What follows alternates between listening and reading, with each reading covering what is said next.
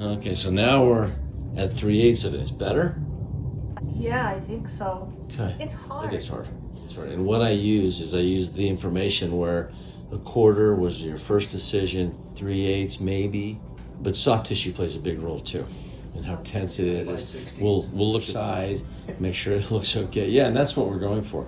Let me see you take a couple of steps toward me. Yeah, give me a hand. Thank you. Okay. Yeah, so you got quite the limp going on and a short on that side. Yep. Okay, so planning stages. We're looking at the position of the acetabulum. The robot assist will actually ream exactly where we put this.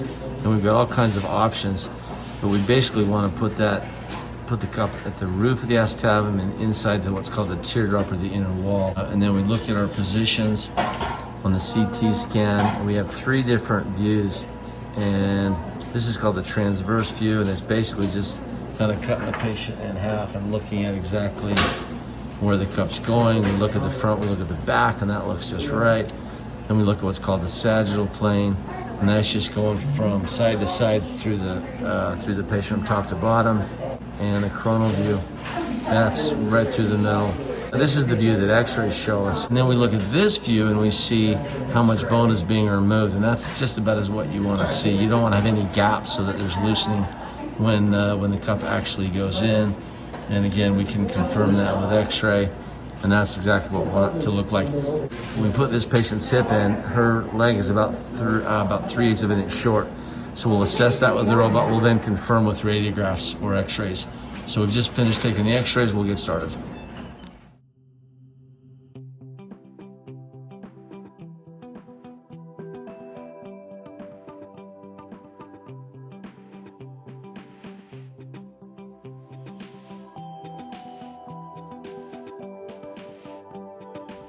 At the conclusion of surgery, the last decision that is made is exactly how long to lengthen a leg. Most patients either have no leg length discrepancy or they're short, maybe 1/8 of an inch. This nice gal had a pretty whopping collapse of her femoral head, and she had a 3/8 inch leg length discrepancy. So she was short on her arthritic hip. So there's the implants in place.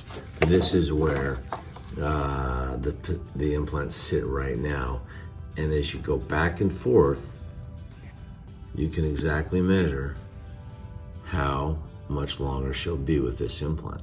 And we have the option of lengthening or shortening the femoral ball. So the robot has been dismissed, it's been taken out of the field. We then confirm with x-rays, and there's still some judgment and some craftsmanship here, because if the tissues are too tight, then even if I lengthen it 3/8 of an inch, it might have an effect of more than 3/8 of an inch, but this should be just right. So we lengthened you 3/8 of an inch. Okay. Now walk towards me, and you can go ahead and use the walker. And you look spot on. I look spot on to Yep. you? How do you feel? It feels good. It feels Perfect. spot on. Good. I like It's it. still tender and everything, but of course, but It will be.